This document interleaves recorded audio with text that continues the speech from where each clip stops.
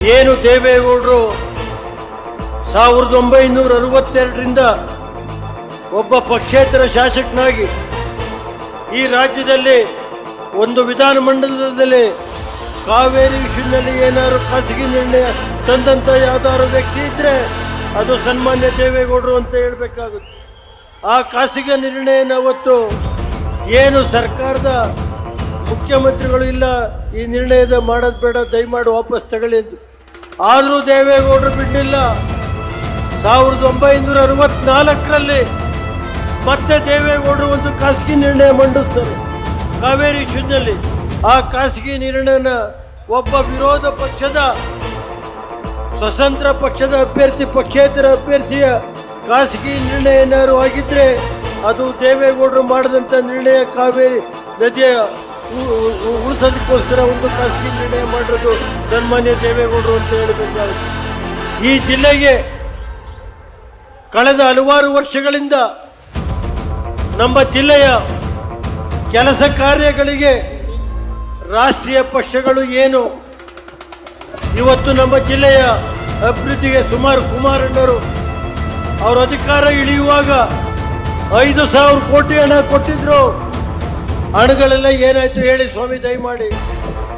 Hassan airport ಇರ್ಬೋದು, airport ನಮ್ಮ ಕಾಲದ್ದೆಲ್ಲ, ಸುಮಾರು ಹಿಂದಿನಿಂದ ದೇವೇಗೌಡರು ಪ್ರಧಾನಮಂತ್ರಿ ಆದ ದಿವಸದಿಂದ ಆ ಏರ್ಪೋರ್ಟ್ಗೆ 1200 ಎಕರೆ ನಾವು ರಿಸರ್ವೇಷನ್ ಮಾಡಿದ್ವಿ. ಅದರಲ್ಲಿ ಸುಮಾರು 250 ಎಕರೆ ಸರ್ಕಾರಿ ಜಾಗ ಇದೆ. ಅದನ್ನು ಹೊಡೆಯೋಕ್ಕೆ ಕೆಲವರು ಈ ಜಿಲ್ಲೆಯ ಕೆಲವರು ಪಟ್ಟಭದ್ರ ಶಕ್ತಿಗಳು ಅದನ್ನು ಹೊಡೆಯೋಕ್ಕೆ ತೀರ್ಮಾನ ಮಾಡಿದ್ರು.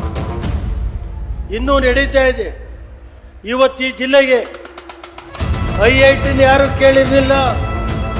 ದೇವೇಗೌಡರು ಒಂದು ಮಾತು ಹೇಳಿದ್ರು, ರೇವಣ್ಣ ನೀನು ಜಿಲ್ಲೆಗೆ ಎಲ್ಲ ಮಾಡಿದ್ದೀಯಾ, ಕುಮಾರಣ್ಣವರು ದೇವೇಗೌಡರು ಮಾಡಿದ್ದಾರೆ, ಇನ್ನು ಮಾಡಬೇಕಾಗಿರೋದು ಎರಡೇ ಕೆಲಸ ನೀನು ಅಂದರು. ಯಾವುದು ಅಂದರೆ ಹಾಸನದಲ್ಲಿ IIT, ಇನ್ನೊಂದು ಸೆಂಟ್ರಲ್ ಯೂನಿವರ್ಸಿಟಿ, 2 ಮಾಡಪ್ಪ ಅಂದರು. ದೇವೇಗೌಡರು ಇಟ್ಕೊಂಡು ನಾನು ಅರ್ಜುನ್ ಸಿಂಗ್ ಇರ್ಬೋದು, ಅರ್ಜುನ್ ಸಿಂಗ್ ಅವ್ರ ಹತ್ರ ಹೋಗಿ ಅವ್ರ HRD ಮಿನಿಸ್ಟರ್ ಅವತ್ತಿನ ದಿವಸ ಈ ಜಿಲ್ಲೆಗೆ ಯಾರು ರಾಜ್ಯದಲ್ಲಿ IIT ಕೇಳಿರಲಿಲ್ಲ. ಬೇಕಾದ್ರೆ ಹೇಳಿ ಇವತ್ತು ಯಾರು IIT ಕೇಳಿದ್ದಾರೆ ಅಂದರೆ ನಾನು ರಾಜಕೀಯ ಸ್ಥಾನದಿಂದ ನಿವೃತ್ತಿ ಆಗ್ತೀನಿ. ಅವತ್ತು ನಮ್ಮ ಜಿಲ್ಲೆ ದೇವೇಗೌಡರ ಮುಖಂಡತ್ವದಲ್ಲಿ ಅವರು ಕರ್ಕೊಂಡೋಗಿ ನಮ್ಮ HRD ಮಿನಿಸ್ಟರ್ ಆಗಿದ್ದಂಥ ಅರ್ಜುನ್ ಸಿಂಗ್ ಅವ್ರ ಹತ್ರ ಅವತ್ತು IIT ಮಂಜೂರು ಮಾಡಿಸೋಕ್ಕೆ ಎಲ್ಲ ರೆಡಿ ಮಾಡಿದ್ರು. ಅದನ್ನು ಯಾರು ಮಾಡಿದ್ರು, ಯಾರು IITನ ತಪ್ಪಿಸಿದ್ರು ಅನ್ನೋದನ್ನ ಸಭೆ ಕಾಲ ಬಂದಾಗ ಹೇಳಿ. ಈ ಜಿಲ್ಲೆ ಇವತ್ತು ಈ ಜಿಲ್ಲೆನಲ್ಲಿ ನಾವು ಯಾವುದೇ ದೇವೇಗೌಡರಾಗಲಿ, ನಾನಾಗಲಿ, ಕುಮಾರಣ್ಣಾಗಲಿ ಯಾವುದೇ ಖಾಸಗಿ ಶಾಲೆ ಮಾಡಿಲ್ಲ. ಕುಮಾರಣ್ಣರು ಮುಖ್ಯಮಂತ್ರಿ ಆಗೋವರಿಗೆ ಈ ರಾಜ್ಯದಲ್ಲಿ 48 ತಾಲೂಕು ಕೇಂದ್ರಗಳಲ್ಲಿ ಹೈಸ್ಕೂಲ್ PU ಕಾಲೇಜ್ ಇರಲಿಲ್ಲ. ಸುಮಾರು ಒಂದು 50 ತಾಲೂಕು ಕೇಂದ್ರಗಳಲ್ಲಿ ಫಸ್ಟ್ ಏಡ್ ಕಾಲೇಜ್ ಇರಲಿಲ್ಲ. ಕುಮಾರಣ್ಣರ ಅಧಿಕಾರಕ್ಕೆ ಬಂದ ತಕ್ಷಣ ಹಾಸನ ನಗರದಲ್ಲಿ ಒಂದು ಹೆಣ್ಮಗು ಬಂದು BBM ಸೀಟ್ ಕೇಳಿದ್ರು. ಆ ಸೀಟ್ ಕೇಳಿದ ಕುಮಾರಣ್ಣರಿಗೆ ಹೇಳಿದೆ, ನೋಡಪ್ಪ ನಾಳೆ ಒಂದು ಮೀಟಿಂಗ್ ಇಡು. ಇವತ್ತು ನಮ್ಮ ಕಣ್ಣು ಮುಂದೆ ಕೆಲವು ಹಿರಿಯ ಅಧಿಕಾರಿಗಳಿಲ್ಲ. ಅವತ್ತು ಅವ್ರ ಮುಂದೆ ಬೆಳಗ್ಗೆ ಕುಮಾರಣ್ಣರ ಮೀಟಿಂಗ್ ಇಟ್ಟರು. ಕುಮಾರಣ್ಣರು ಕೇಳಿದಾಗ ಈ ರಾಜ್ಯದಲ್ಲಿ ಇವತ್ತು 13% ಮಾತ್ರ ಇತ್ತು ವಿದ್ಯಾಭ್ಯಾಸ.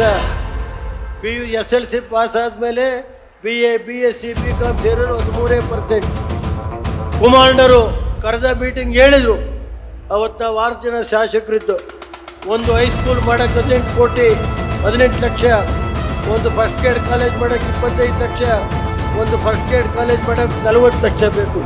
ಕುಮಾರಣ್ಣರು ಅವತ್ತು ನಮ್ಮ ರೈತರು ಮಕ್ಕಳು ಓದಬೇಕು, ಅವರು 240 ಶಾಲೆಗಳನ್ನ ಕಾಲೇಜ್ಗಳನ್ನ ತೆರೆದ್ರು.